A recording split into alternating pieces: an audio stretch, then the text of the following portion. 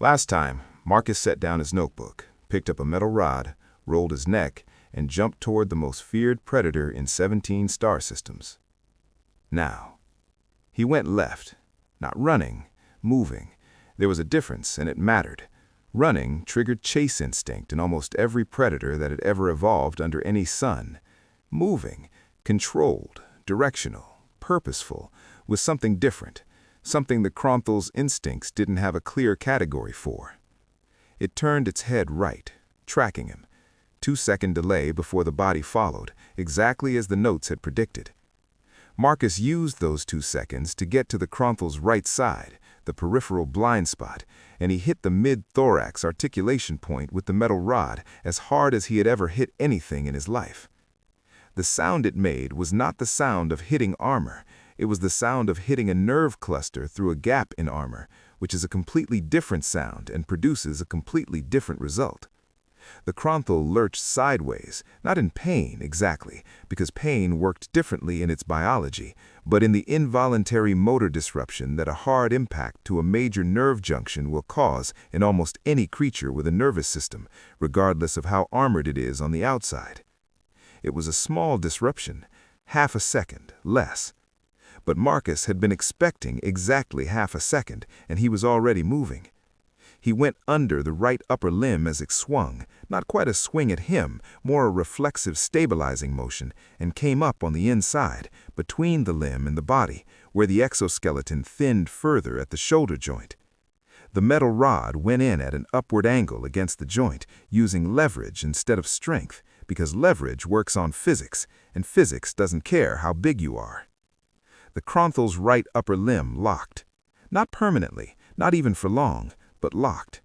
Immobilized in its current position by the rod wedged into the joint, which meant one of its 4 primary weapons was currently unavailable. It moved fast then, faster than something that size had any right to move. It spun left, the direction its motor habits preferred, and Marcus spun with it, keeping himself inside the sweep of the locked limb, staying in the narrow window of the right side blind spot, one hand on the rod to maintain the joint lock, and the other pressed flat against the exoskeleton to feel the vibration of what was coming. He felt the rear leg shift, weight transferring. It was going to rear up. He let go of the rod and dropped flat to the deck. The massive body rose above him, the locked limb breaking free as the rod clattered away, and for one suspended second, Marcus Cole lay on the deck of a jungle observation platform, with a Krath'ul rearing above him and nothing between him and its descending weight except timing. He rolled right, toward the blind spot, always toward the blind spot. The front limbs came down on empty deck. The impact shook the entire structure and sent a new crack racing up the far wall. Marcus was already up. He had the rod again. He'd tracked it when it fell. 3 feet of metal, already showing the stress fractures of what he'd used it for. He had time to think, I need a better angle on the neck junction. Up in the ruined observation deck, Zix had gotten the ceiling section moved and the door partially open. Breck went through first. Sella, still frozen, was being carried by Zix's 4 hands through the gap. Zix looked back. He looked back because he couldn't not look back. What he saw stopped him in the doorframe. The human, his roommate, his Class C below-average short lifespan human roommate, was fighting the Krath'ul. Not surviving it, not hiding from it, not trying to escape it, fighting it. Moving around it like water moves around stone, never where it struck, always on the side it saw worst. Using the rod with precise targeted strikes, not trying to hurt it because he clearly understood that direct damage wasn't the point, but disrupting it, throwing off its rhythm, making it work harder than it was used to working for something that wasn't running away. The Krath'ul was confused. Zix could see it in the way it moved. The hunting patterns weren't working. The prey kept being where it wasn't supposed to be. It kept striking and finding deck, finding air, finding nothing. It had never, not once in its entire existence, failed to catch something it had decided to catch. It was making sounds now that Zix had never heard a Krath'ul make before. Not the subsonic threat tone, not the hunting silence. Something that his biology translated, without his permission, as frustrated.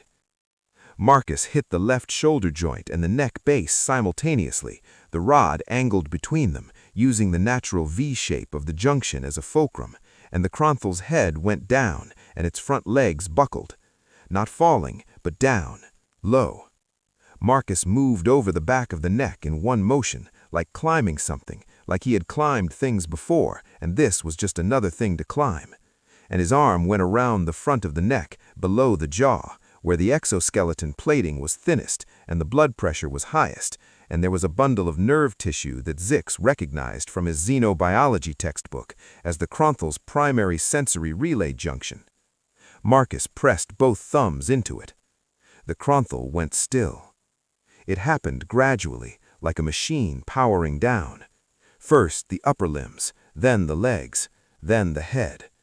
The massive body sank to the deck in slow stages, Marcus riding it down without releasing the pressure point, until the Krath'ul was lying flat on the deck, eyes still open, still breathing, alive, unhurt, just stopped, temporarily overloaded at its primary sensory relay, the way hitting the right button can freeze a complex computer.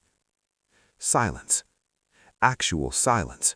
Broken only by the wind through the gaps in the viewing panel and Marcus's breathing, which was elevated but controlled. He sat on the Krath'ul's back for a moment, looked up at the doorway where Zix was standing frozen in the frame, Sella still in his arms, both of them staring. He gave a thumbs up.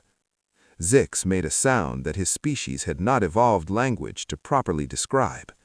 From somewhere in the upper observation walkway, where the 43 evacuated students had gathered and were now pressed against the railing looking down, someone made a sound, then someone else, and then 43 alien students from 17 different species were making their various equivalents of the same wordless noise. The sound of watching something that should not be possible happen anyway. Marcus looked up at them, then looked down at the Krath'ul, then looked at his notebook, which had somehow ended up against the far wall and was still in one piece. He thought about his observation notes. He thought about Professor Draken's assignment. He thought about something else. Marcus said quietly. And then he carefully climbed off the Krath'ul and went to get his notebook. The emergency response team arrived at 12 minutes and 40 seconds, 40 seconds over the estimated response time due to the secondary walkway collapse complicating their approach route. They came in force, 6 armored containment specialists, 2 medical units, a trauma counselor experienced in post-predator encounter stress responses, and a university administrator who had received simultaneous distress communications and wanted to see the situation personally before deciding how many things were about to become somebody's career problem. They found 47 students accounted for, 0 injuries beyond Breck's bruised hand, and a collection of stress responses ranging from moderate to severe. 1 Professor Draken, in the process of climbing back up the emergency walkway, 4 arms moving with a speed that suggested he had received an update on the situation and was operating on some form of complex senior academic emotion that didn't have a simple name. And 1 Krath'ul, sedated by containment specialists who had arrived expecting to need a much longer operation, lying peacefully on an observation deck where it absolutely should not have been, showing no injury, a fact that the lead containment specialist examined from 3 different angles before accepting as real. And 1 Marcus Cole, sitting at a documentation station with his notebook, finishing his field observation notes.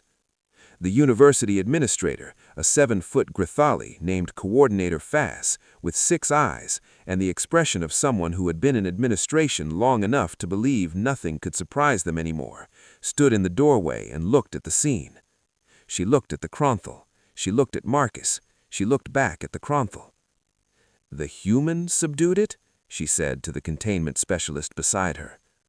The containment specialist, who had been working in predator response for 22 years, said, "Apparently," with a piece of railing. Coordinator Fass looked at Marcus for a long, quiet moment. "Is he injured?" "Small laceration above the left eye, refused medical attention." "Why?" He said he was finishing his notes. Coordinator Fast closed 2 of her 6 eyes. This was a Krath'ul expression that meant approximately, I have been in administration for 40 years and I still encounter things that test the absolute limits of my understanding. She opened them again, walked over to Marcus. Marcus looked up from his notebook. "Hi," he said. "Are you—" she started. Stopped. Started again. "Are you all right, Mr. Cole?" Marcus Cole. "Yeah, I'm fine." He looked at the cut on the back of his hand where the exoskeleton caught him during the fight. "This is basically nothing." Coordinator Fast looked at the Krath'ul, looked at Marcus, looked at the shattered viewing panel, looked at the stress fractures in the deck plating. "You fought the Krath'ul?" she said. This was not a question. Professor Draken's classroom was full. Not just his class plus approximately 40 additional students who had found reasons to be in or near classroom 7B that morning. Leaning in doorways, visible through the corridor window, seated on the floor along the back wall in the resigned way of students who had arrived too late for actual seats and decided that being in the room on any terms was worth it. Word had moved fast through a university of several thousand students. It always does, when the word is the right kind. Professor Draken himself had arrived early. He stood at the front of the room with his forearms folded and his expression arranged in the careful, neutral configuration of a professor who had taught for 200 years and had developed strong feelings about the appropriate conduct of academic environments. He had also, privately, spent a portion of the previous night doing something he had not done since the Outer Rim War, sitting quietly and thinking about things that had surprised him. There had been a few things in the Outer Rim War that had surprised him. There had been very few things since. Marcus arrived at the normal time. He walked in, registered the unusual crowd with a brief look around the room, found his front row seat, and sat down. He put his notebook on the desk, the same notebook, slightly scuffed now, one corner bent from where it had hit the wall during the fight, but intact. The room was very quiet. Professor Draken looked at Marcus for a moment. Then he looked at the room full of students. He cleared his throat. "The field observation assignment," he said, "was due today. We will proceed normally."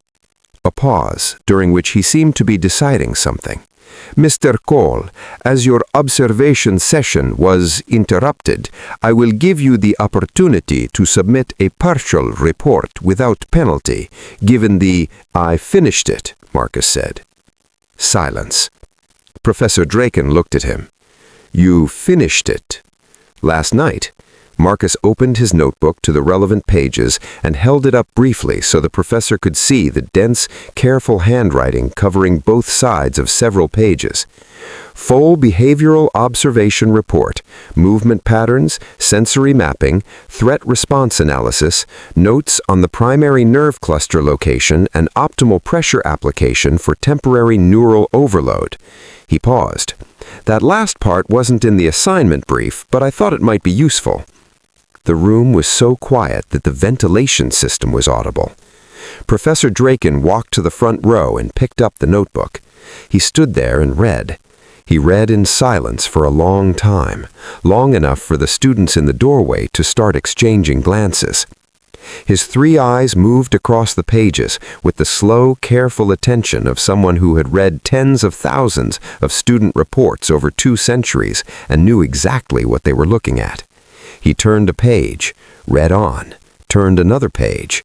His expression did not change, but his middle eye, the threat assessment eye, the one that had not fully closed since yesterday afternoon, gradually, slowly, settled into a calm and neutral configuration of a professor who had taught for 200 years and had developed strong feelings about the appropriate conduct of academic environments. He had also, privately, spent a portion of the previous night doing something he had not done since the Outer Rim War, sitting quietly and thinking about things that had surprised him. There had been a few things in the Outer Rim War that had surprised him. There had been very few things since. Marcus leaned forward slightly in his seat. His expression was completely, absolutely serious. "So," he said, "does the fight count as extra credit?" The silence lasted approximately 3 full seconds. Then Zix, seated 2 rows back, having arrived early enough for a real seat for the first time in his academic career, made a sound. It started as a controlled breath and became, despite every effort, a laugh, a real one, the kind that bypasses all the filters. Sella, 1 row over, still slightly pale from yesterday, still with the careful movements of someone whose nervous system had been through something significant, covered her mouth with 4 fingers and made a sound that was the Plearan equivalent of the same thing. And then the room, the full, overflowing, corridor-spilling room, went in the same direction, species by species, in the various auditory forms that 47 kinds of alien students used for the same basic feeling: relief and surprise, and the particular joy of something that was funny because it was also true. Professor Draken stood at the front of the room through all of it. He held the notebook in 2 of his 4 hands.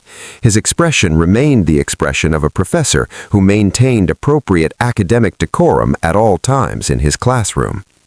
He opened his gradebook. He wrote something. He turned it around and held it up so Marcus could see it. Marcus Cole, Field Observation Assignment. Grade A+. Field Study, Extra Credit. Approved. Marcus made a sound and a gesture that his culture had developed as an expression of uncomplicated success. His fist went up. "Yes," he said. In the back of the room, a Threxian student turned to their neighbor and whispered, "He almost died, and he is celebrating a grade." Their neighbor, a young Mirok, who had whispered something very different about Marcus Cole 2 days ago in this same classroom, watched Marcus Cole accept the return of his notebook from a 200-year-old professor who had walked out of the Outer Rim War with 16 medals and looked right now like someone who had just learned something worth knowing. "Yes," said the Mirok quietly. Zix had his face in his hands, not from distress, from the specific exhaustion of someone who had gone through a great deal in a short time and now was on the other side of it and found that the other side contained Marcus Cole exactly as advertised, unchanged. Sella leaned over to him. "Are these normal for humans?" she asked. Zix thought about this. He thought about the first row seat on the first day. He thought about the terrain observation from the transport pod. He thought about that you know of.